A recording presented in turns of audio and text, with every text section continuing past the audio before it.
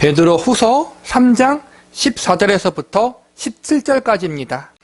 든든히 서는 교회와 성도. 베드로 후서는 총 3장으로 이루어진 성경입니다. 베드로 후서 1장에서는 교회와 성도의 정체성과 성도의 부르심에 대한 하나님의 뜻을 바르게 알아가는 것에 대해서 공부했습니다. 베드로 후서 2장에서는 거짓 선지자와 이단 세력들에 대한 경고와 주의에 대한 가르침에 대해서 공부했습니다.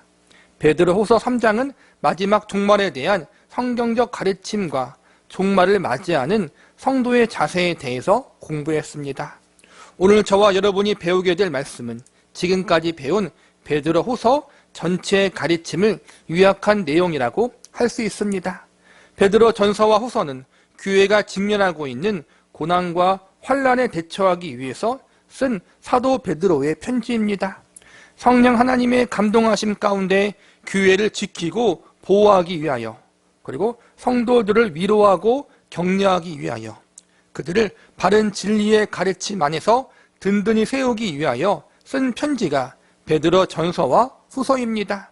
특별히 베드로 후서는 교회의 내부의 문제, 교회의 내부 안에 있는 이단 세력들을 대적하고 성도를 유혹하는 거짓 선지자와 성생들로부터 교회와 성도를 지키고 바르게 이끌기 위하여 기록한 편지입니다. 이단들의 특징은 잘못된 진리를 가르치는 것입니다.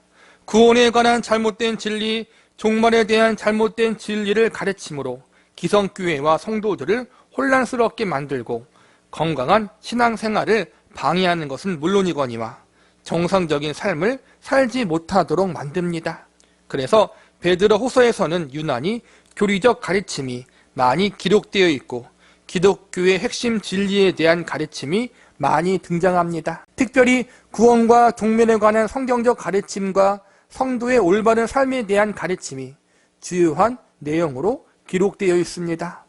오늘 우리가 배우게 될 말씀은 베드로 후서 마지막 내용으로서 지금까지 베드로 후서를 통해서 전달하고자 했던 교훈과 가르침들의 핵심 내용이 요약되어 있습니다. 마지막 시대요 교회를 어지럽히고 혼란스럽게 만드는 이단 세력들로부터 교회와 성도가 든든하게 바로 서기 위해서 과연 어떻게 해야 하는가? 잘못된 가르침을 전하는 거짓 선지자와 선생들의 악한 영향력으로부터 어떻게 교회와 성도가 보호되어지고 또한 넉넉히 대적하고 이기는 믿음의 삶을 살 수 있는가? 이 질문에 대한 지금까지 베드로 후서에서 가르쳐왔던 핵심적 교훈들이 오늘 본문에 요약되어 나와 있는 것입니다. 우리는 오늘 본문의 말씀을 통해서 교회를 무너뜨리고 성도들을 미혹하는 거짓 세력들이 판치는 이 세상 가운데에서 또한 마지막을 향해 달려가고 있는 이 시대, 교회와 성도들이 과연 어떻게 해야 믿음으로 든든히 설 수 있는지에 대한 베드로 후서의 중요한 가르침과 메시지에 대해서 살펴보도록 하겠습니다. 첫 번째, 하나님 앞에 구별된 사람으로 서야 합니다. 본문 13절과 14절을 보시기 바랍니다. 우리는 그의 약속대로 의가 있는 곳인 새 하늘과 새 땅을 바라보도다. 그러므로 사랑하는 자들아 너희가 이것을 바라보나니 주 앞에서 점도 없고 흠도 없이 평강 가운데 나타나기를 힘쓰라. 이 구절은 우리가 주님의 재림을 기대하고 천국의 소망을 바라보는 사람들로서 점도 흠도 없는 사람으로 주님 앞에 서라는 것입니다. 점도 없고 흠도 없다는 것은 문제가 없는 것, 온전한 것을 의미합니다. 보통 구약시대에 하나님 앞에 제사를 지내고 제물을 바칠 때 점도 없고 흠도 없는 것으로 바치라는 규례가 있습니다. 구약시대에는 제사의 제물을 바칠 때 점도 없고 흠도 없는 것을 바치라고 하나님이 명령하신 이유는 제사를 드리는 하나님의 백성들의 마음의 정성과 동기를 보기 위해서입니다. 하나님 앞에 제사를 드리는데 제사를 드리는 사람이 온 마음과 정성을 다하고 있는가? 이러한 기준 여부가 점도 없고 흠도 없는 제물을 드리는 것에 달려 있었던 것입니다.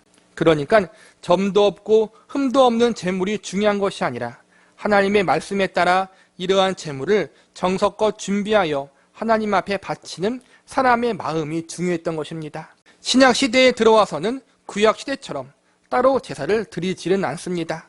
예수님께서 모든 율법을 완성하셨기 때문입니다. 그래서 신약 시대에는 제사가 아니라 하나님 앞에 예배를 드립니다. 그런데 사도 베드로가 구약 시대 제사의 제물을 바칠 때 사용되었던 용어를 오늘 본문에 쓴 이유는 무엇이겠습니까?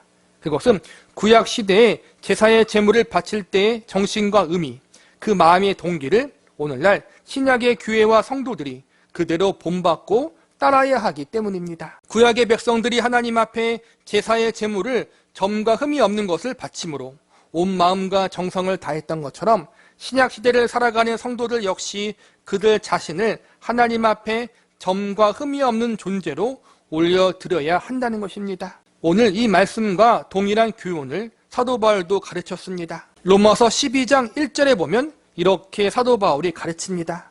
그러므로 형제들아 내가 하나님의 모든 자비하심으로 너희를 권하노니 너희 몸을 하나님이 기뻐하시는 거룩한 산 제물로 드리라. 이는 너희가 드릴 영적인 예배니라.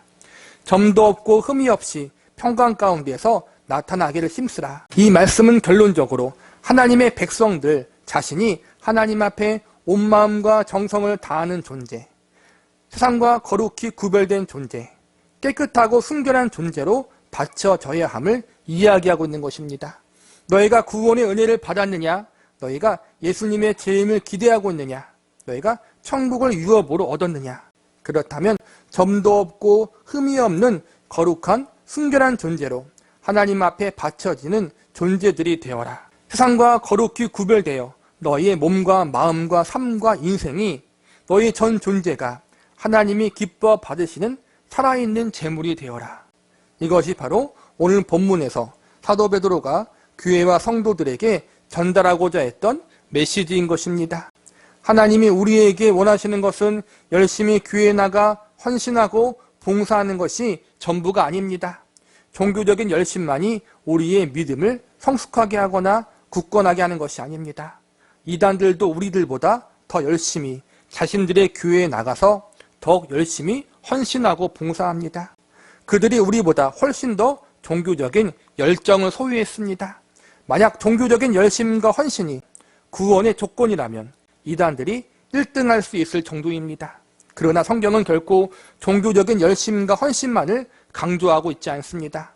제일 중요한 것이 그것이 아니기 때문입니다. 하나님은 우리 자신이 하나님께 정결한 존재로 바쳐지기를 원하고 계십니다.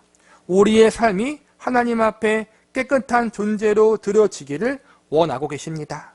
그리고 이것이 교회와 성도를 든든히 세우고 거짓된 세상에서 승리할 수 있는 성경적인 원리인 것입니다.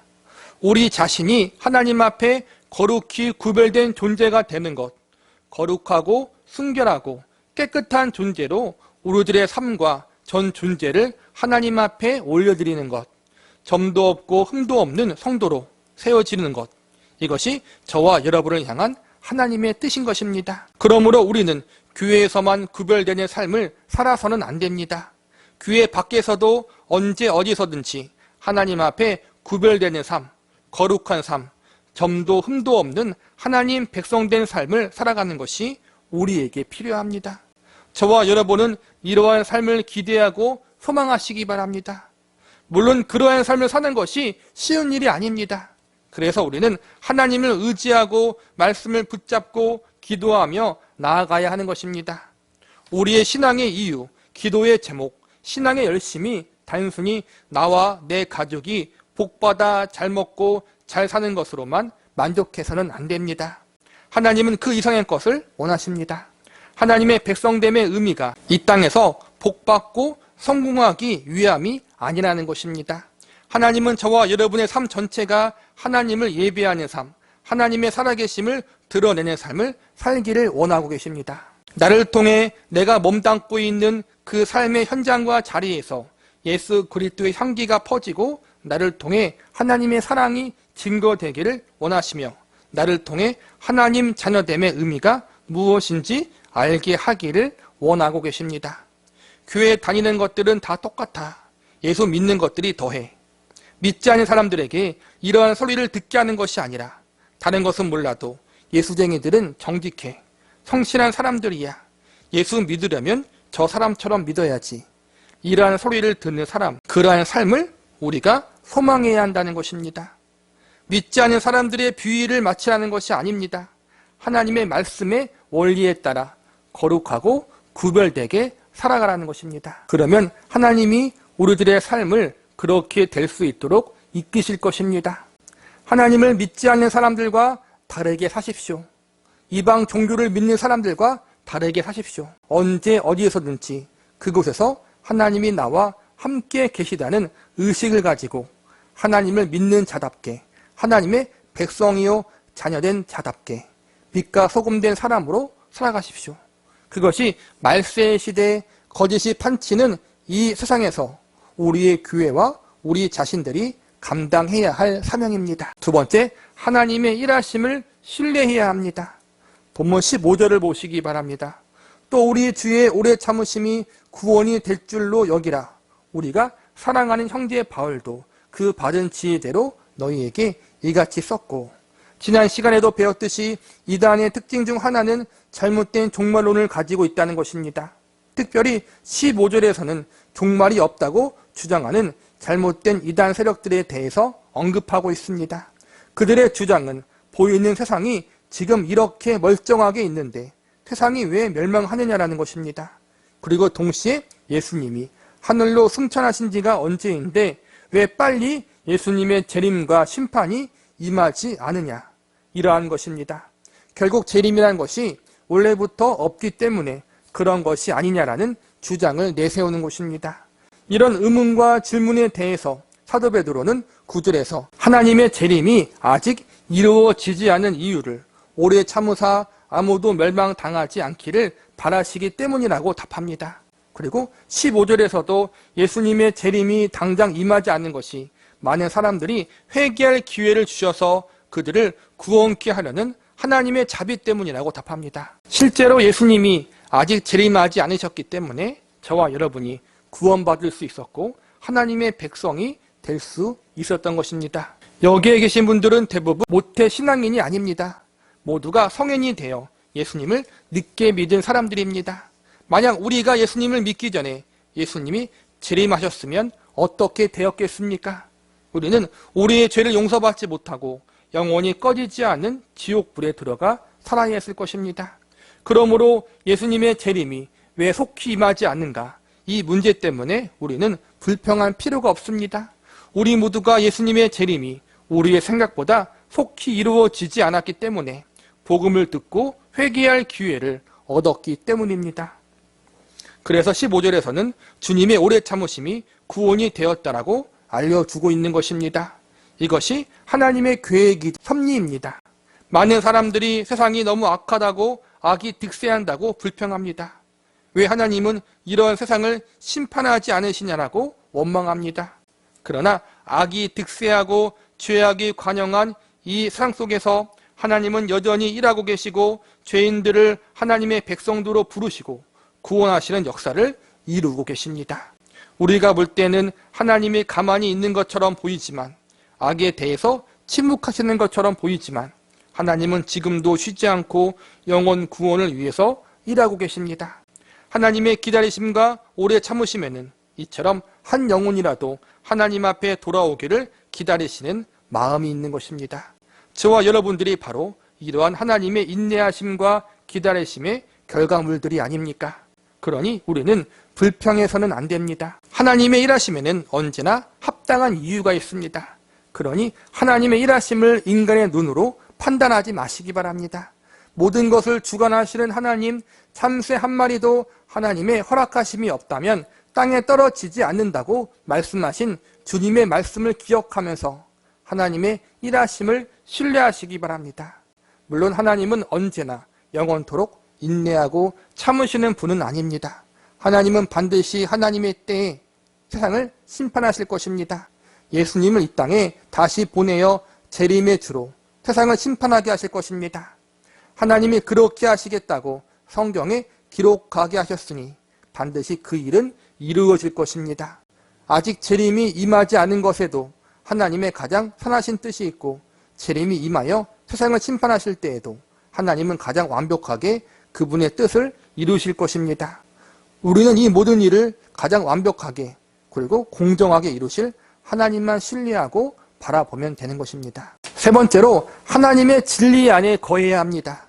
이단 세력들의 악한 영향력으로부터 세상의 유혹으로부터 교회와 성도가 든든히 세워지기 위해서 우리는 하나님 앞에 구별된 사람으로 서야 하고 하나님이 하시는 일은 모든 것이 다 합당하다는 사실을 절대적으로 신뢰해야 한다라고 배웠습니다. 그러면 어떻게 해야 우리가 하나님 앞에 구별된 사람으로 설 수 있고 하나님의 일을 신뢰하는 사람으로 세워질 수 있겠습니까? 그것은 바로 하나님의 말씀, 진리의 말씀 안에서 온전히 거하는 삶을 사는 것입니다. 본문 16절을 보시기 바랍니다. 또 그 모든 편지에도 이런 일에 관하여 말하였으되 그 중에 알기 어려운 것이 덜어 있으니 무식한 자들과 굳세지 못한 자들이 다른 성경과 같이 그것도 억지로 풀다가 스스로 멸망에 이르니라. 우리가 잘 알듯이 이단들도 우리와 동일한 성경책을 봅니다. 그리고 그들도 우리와 동일하게 말씀을 진리라고 여기고 말씀을 공부하고 연구합니다. 그들도 오직 말씀이라고 외칩니다. 그런데 문제가 무엇이냐 하면 이단들은 같은 성경 말씀을 보면서도 성경 말씀을 이상하게 해석한다는 것입니다. 이런 문제가 오늘날에만 있었던 것이 아니라 초대교회에서도 많이 있었습니다. 그래서 사도 베드로가 16절에 사도들이 쓴 편지들, 지금의 신약 성경들을 보면서 이상하게 해석하는 사람들이 생겨나고 있다고 경고합니다. 또 구약 성경을 보면서 자신들의 마음대로 이상하게 해석하는 사람들이 생겨나고 있다고 경고합니다. 그러니까 역사적으로 검증된 성경 해석의 원리를 무시하고 또한 사도들이 전하는 가르침을 무시하고 자신들의 마음대로 해석하여 문제를 일으키는 사람들이 초대교회 안에도 적지 않게 있었다는 것입니다. 그리고 이것은 단순한 문제를 넘어서 결국 교회를 어지럽히고 스스로 멸망에 이르게 하는 엄중한 범죄라고 사도 베드로가 강조하고 있는 것입니다. 성경 말씀의 왜곡은 매우 심각한 범죄입니다. 하나님이 전달하고자 했던 가르침을 인간의 생각과 지혜로 왜곡하는 것은 멸망을 자초하는 일인 것입니다. 성경 말씀을 보고 읽을 때 어떻게 해석해야 하는지에 대해서 제가 여러 번 강조해서 말씀드렸습니다. 구원에 대한 진리, 하나님 백성들의 삶에 대한 보편적인 진리들은 어린 나이에서부터 노인에 이르기까지 우리가 쉽게 알 수 있습니다. 그러나 우리가 쉽게 알 수 있는 그러한 진리들도 인간의 죄로 인하여 왜곡될 수가 있기 때문에 우리는 늘 겸손히 기도하는 마음으로 성경을 봐야 하며 가능하면 검증된 신앙의 선배들이 성경을 해석한 책들의 도움을 받는 것이 좋습니다. 성도 한 사람 한 사람이 하나님을 의지하며 성령님의 조명하심을 구하며 성경을 보는 것이 제일 좋은 기준입니다. 그러나 그것이 전부는 아닙니다. 성령님의 조명하심 가운데 앞서 우리와 동일한 길을 걸었던 신실한 신앙의 선배들이 성경을 어떻게 보았는가, 어떻게 성경의 진리를 연구하고 해설했는가, 이것을 함께 보는 것이 지혜롭고 건강한 성도의 태도입니다. 물론 논란이 되는 신앙의 선배들은 배제하는 것이 좋습니다. 아무리 뛰어나고 유명해도 논란이 되는 신앙의 선배와 그들의 책은 가급적 거리를 두는 것이 좋습니다. 그들을 제외하고도 모든 교회와 지도자들이 인정하는 건강한 신앙의 선배들도 얼마든지 있습니다. 우리가 보고 참고할 수 있는 건전한 책들도 무수하게 많이 있습니다. 그러니 굳이 논란이 되거나 문제가 있다고 말이 나오는 사람의 가르침이나 그들의 책은 보지 마시기 바랍니다.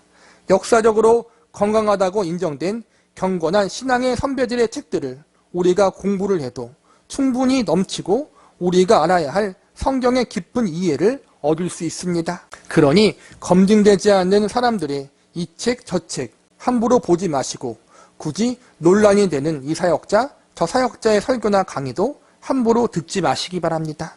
검증되고 모두가 인정하는 사역자와 선배들의 설교와 강의와 책들을 보고 들으십시오. 그렇게 해도 저와 여러분이 살아생전 다 보지 못하고 듣지 못할 정도로 그 자료들이 오늘날 풍성히 있습니다. 좋은 사역자, 검증된 책들이 얼마나 많이 있는데 신앙생활을 하면서 신기하게 꼭 요상한 사역자나 이상한 책들만 골라보는 사람들이 있습니다. 그러한 사람들의 특징을 보면 새로운 것을 추구하고 자극적인 것을 좋아하는 성향이 있는 것을 발견합니다. 그러나 성경의 진리는 유행을 타지도 않고 지금까지 밝혀지지 않은 전혀 새로운 것도 없습니다. 성경의 진리는 자극적이지 않습니다. 그러니 딴 생각이나 엉뚱한 것을 추구하지 마시기 바랍니다. 이미 우리가 듣고 배우는 복음의 진리 안에 우리가 알아야 할 가장 중요한 기독교 핵심이 다 들어있습니다. 그리고 이미 역사적으로 검증된 선배들이 우리가 알아야 할 성경의 진리들을 우리에게 다 알려주었습니다. 그들이 알아낸 것이 아니라 하나님이 성령님을 통해서 그들에게 알려주셨고 우리에게 이어져 온 것입니다. 말씀이 새롭다는 것은 새로운 진리가 발견되는 것이 아니라 원래 밝히 드러난 진리들 속에 있는 깊은 의미를 깨닫게 되는 것뿐입니다. 그러니 새로운 것이 있다고 주장하는 사람들을 조심하시기 바랍니다. 그러한 것들을 추구하지 마시기 바랍니다. 자꾸 새로운 것을 추구하고 자극적인 것에 마음이 가려는 것은 사실 죄인된 인간의 본능입니다. 그러므로 우리는 더욱 조심해야 하고 더욱 경각심을 가져야 합니다.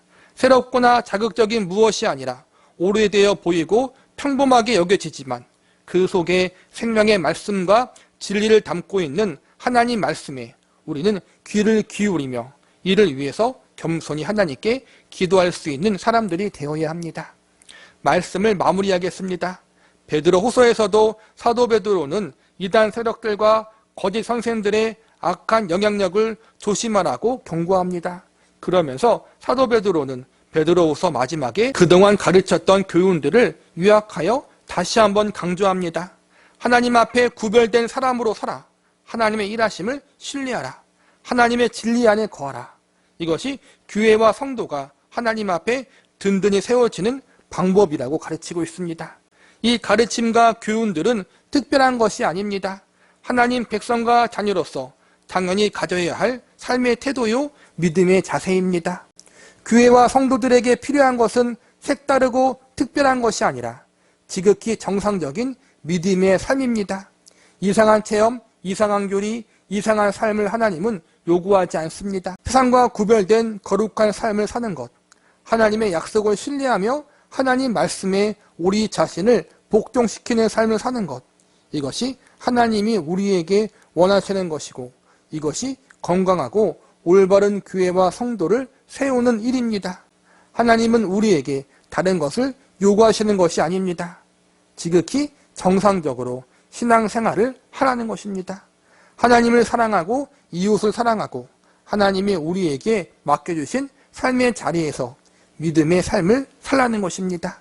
저와 여러분 모두 건강하고 정상적인 믿음을 사모하고 그것을 추구하시기 바랍니다. 분별력 있고 균형 잡힌 지혜를 가지고 이 시대와 이 세상을 살아갈 수 있도록 기도하시기 바랍니다.